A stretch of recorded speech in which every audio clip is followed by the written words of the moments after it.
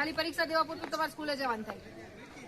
આમ આપણને બધું આવડે, મોબાઈલ હલાવતા આવડે, રીલ બનાવતા આવડે, બરાબર? ન કરવાના બધા કામ આપણે કરીએ, કરવા જેવું કામ છે ઈ કેમ છૂટી જાય ભાઈ?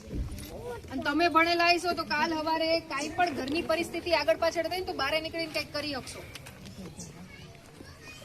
આપણા મમ્મી, આપણા દાદી, નાની, ઘરના કોઈ ન કર્યું હોય, બરાબર, એવી પરિસ્થિતિમાં આપણે દેવાની જરૂર નથી। તમારા માટે સરકાર કરોડો અબજો રૂપિયા, તમને ખબર છે કે એક દીકરી જયારે 9 ધોરણથી 12 ધોરણ સુધી ભણે, સરકાર 75,000 રૂપિયા આપે છે। એમાં વિજ્ઞાન પ્રવાહમાં લ્યો એટલે 25,000 વધારાના, આમ 50,000 ને આમ 25,000। 9મું 10મું તમે કર્યું એટલે સીધા 50,000 રૂપિયા તમારા ખાતામાં જમા થાય। ખબર છે આમાંથી કોઈને? આરામથી તમે ભણતર છોડી દો છો, પણ તમે ભણશો તો તમારા પરિવારને તમે આર્થિક રીતે મદદરૂપ થઈ શકશો।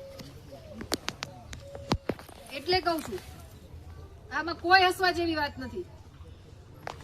તમારે ભણવું અને તમારા માતા પિતાએ તમને ભણાવવા એ તમારો હક છે। લખતા વાંચતા આવડી જાય, મોબાઈલ હલાવતા આવડી જાય, રીલું બનાવતા આવડી જાય એટલે ભણતર નો કહેવાય ભાઈ। 12 ધોરણ સુધી ભણો, કોલેજ કરવી હોય તો એક્સટર્નલ કોલેજ કરો। આ ભણતર કામનું અત્યારે જરૂરિયાતનું છે। અને ભણતર એટલે ખાલી લખતા વાંચતા આવડી ગયું, સારું બોલી જાય એને નહીં, તમને ખબર પડે કે તમારા માટે હું સારું હું ખરાબ।